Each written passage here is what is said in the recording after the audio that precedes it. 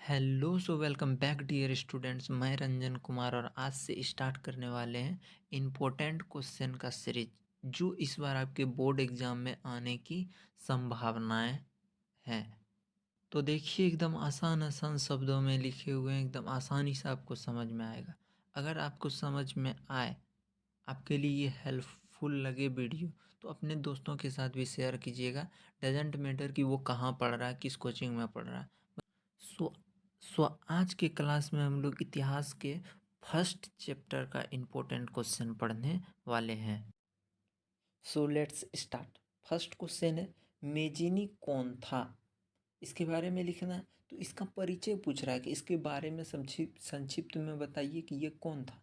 तो एक दो लाइन ऊपर का जो है, इसके जन्म, मृत्यु, माता पिता या कहाँ जन्म हुआ ये पता हो तो वो लिख देंगे। लास्ट में जो अच्छा अच्छा काम किया, प्रसिद्ध काम किया जिससे ये फेमस है, वो सब लिख देंगे इसके बारे में। ठीक है, तो चलिए स्टार्ट करते हैं। देखते हैं कि फर्स्ट है कि मेजिनी साहित्यकार, गणतांत्रिक विचारों का समर्थक और योग्य सेनापति था। साहित्यकार का मतलब होता है जो साहित्य लिखता है, उसको साहित्यकार कहते हैं। ठीक है। गणतांत्रिक विचारों का समर्थक, गणतांत्रिक विचारों का समर्थक मतलब ऐसे लोग ये चाहते हैं कि राजा का शासन नहीं, यानी किसी खास व्यक्ति का शासन ना हो, बल्कि और योग्य सेनापति भी है ये। योग्य सेनापति यानी कि सेना का हेड भी है। तो इनका जन्म जो है इटली के जेनेवा नगर में 1805 में हुआ था। मेजिनी को इटली के राष्ट्रीय आंदोलन का मसीहा भी कहा जाता है। इसको जो है मसीहा या फिर एक और वर्ड यूज किया जाता है इसके लिए कि इटली के राष्ट्रीय आंदोलन का पैगंबर किसे कहा जाता, तो वो भी यही है, पैगंबर या मसीहा। दूसरा है इनका इनका उद्देश्य ऑस्ट्रिया के प्रभाव से इटली को मुक्त करवाना तथा इटली का एकीकरण करना था। इसका उद्देश्य क्या था, ये क्या चाहता था कि ऑस्ट्रिया ऑस्ट्रिया के प्रभाव से जो है वो इटली को मुक्त करवाना चाहता था। इटली के ज़्यादातर भाग पर जो है ऑस्ट्रिया का कब्जा था। इसी का नियम कानून यहाँ पे चलता था। और तो इमेजिनी चाहता था कि इससे इटली को छुटकारा मिले और इटली का एकीकरण हो, जो अलग अलग राज्य है सब एक हो जाए, सबका शासक एक हो, एक राजा हो। ये सब जो है ये इम्पोर्टेंट ऑब्जेक्टिव है। ये सब बहुत पूछा जाता है कि मेजिनी के द्वारा जो है, फर्स्ट ऑब्जेक्टिव है ये। देखिए कि मेजिनी के द्वारा 1831 में यंग इटली एवं 1834 में यंग यूरोप का स्थापना किया गया था। तो ये ऑब्जेक्टिव में पूछता है कि यंग इटली का स्थापना कब किया गया, तो 1831 में। 1831 में यंग इटली की स्थापना की और 3 साल बाद 1834 में यंग यूरोप का स्थापना कर दिया। तो ये क्वेश्चन में पूछा जाता है ऑब्जेक्टिव। दूसरा स्टार देखिएगा है कि मेजिनी इटली में राष्ट्रवादियों के गुप्त दल कार्बोनरी का सदस्य था। पूछता ऑब्जेक्टिव में मेजिनी किसका सदस्य था, तो कार्बोनरी का, और कार्बोनरी का सदस्य था।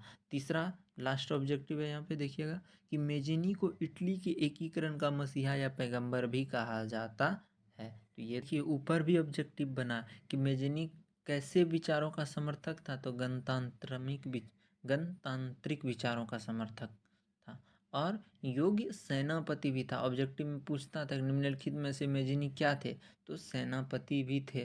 दूसरा ऑब्जेक्टिव एक बन जाएगा कि उसका जन्म कहाँ हुआ था, तो जेनेवा नगर में। कब हुआ था, तो 1805 ईस्वी में उसका जन्म हुआ था।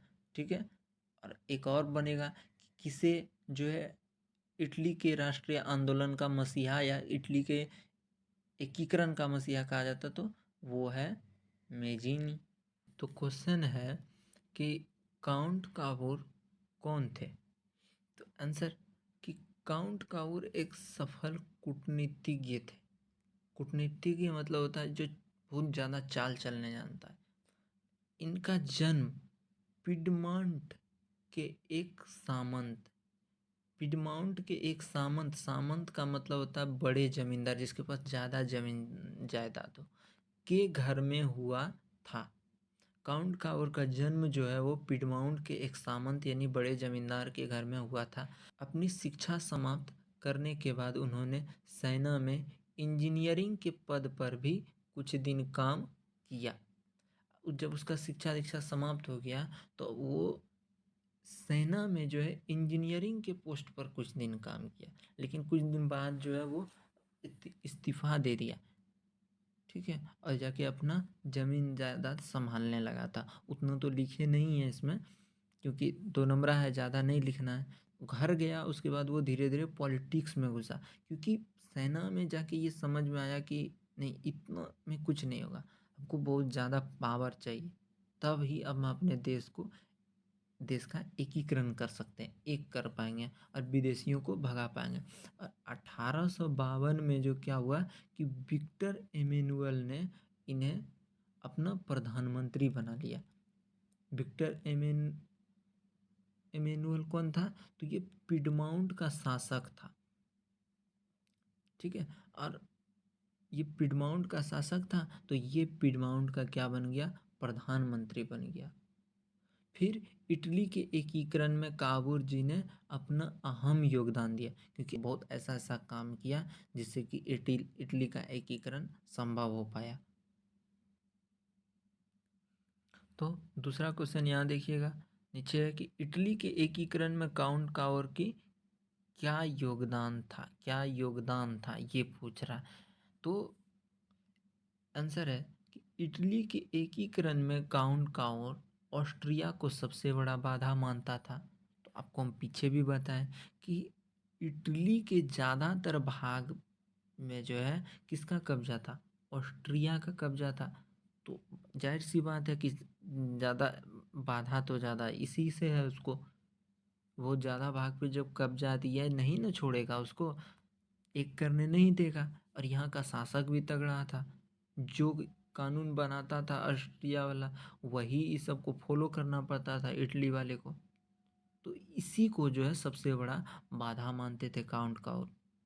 तो इसको हटाने के लिए जो है वो अपना कूटनीति, अपना बुद्धि दौड़ाने लगा कि कैसे इसको हटाया जाए, कैसे इसको हराया जाए। फ्रांस और ऑस्ट्रिया के बीच जो है युद्ध चल रहा होता है, जिसका नाम होता है क्रीमिया युद्ध।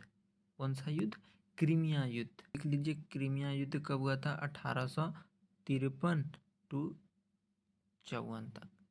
1853 में स्टार्ट हुआ, 54 में ख़त्म हो गया।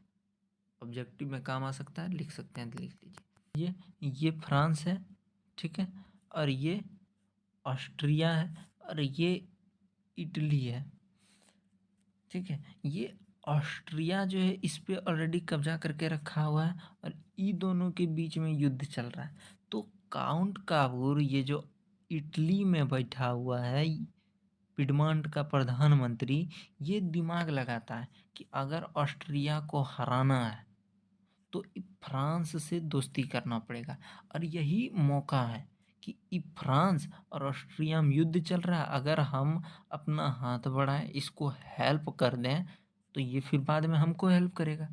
और इसमें इटली में इतना क्षमता नहीं है कि वो अकेले ऑस्ट्रिया को हरा सकता है।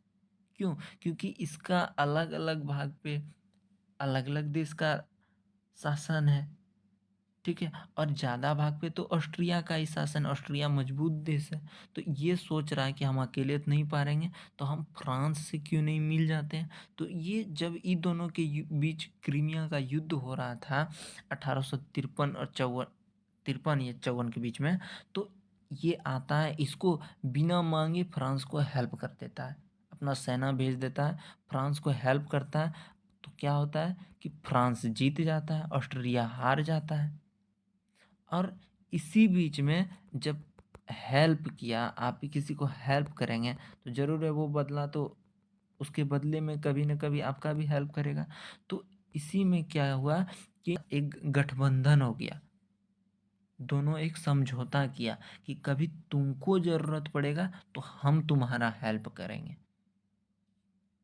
ठीक है, तो वही यहाँ कह रहा है कि फ्रांस और ऑस्ट्रिया के बीच चल रही क्रीमिया युद्ध में उसने फ्रांस की सहायता करके एक कूटनीतिक गठबंधन किया, और इसलिए 1859 में ऑस्ट्रिया की सेना को हराने में कामयाब हो गया। जब इससे फ्रांस से दोस्ती कर लिया तो 1859 में जब इटली और ऑस्ट्रिया में झगड़ा हुआ तो इस बार जो है इटली वाला फ्रांस की सहायता से, फ्रांस की सेना की मदद से ऑस्ट्रिया से जीत जाता है, ऑस्ट्रिया को हरा देता है। तब जो बचा खुचा भाग रहता है इटली का, उसको भी धीरे धीरे जो है दूसरे राजाओं से, दूसरे सबको भगा के सबको एक कर देता है। तो तो इस तरह से जो है ना, ये काउंट काबूर ही दिमाग लगाता है और तभी इटली का एकीकरण संभव हो पाता है। तो जो सबसे बड़ा बाधा था ऑस्ट्रिया, उसी बाधा को ये हटा दिया। ठीक है, तो आज भर के लिए इतना ही। मिलते हैं अगले वीडियो में। लाइक शेयर सब्सक्राइब और कमेंट कीजिए।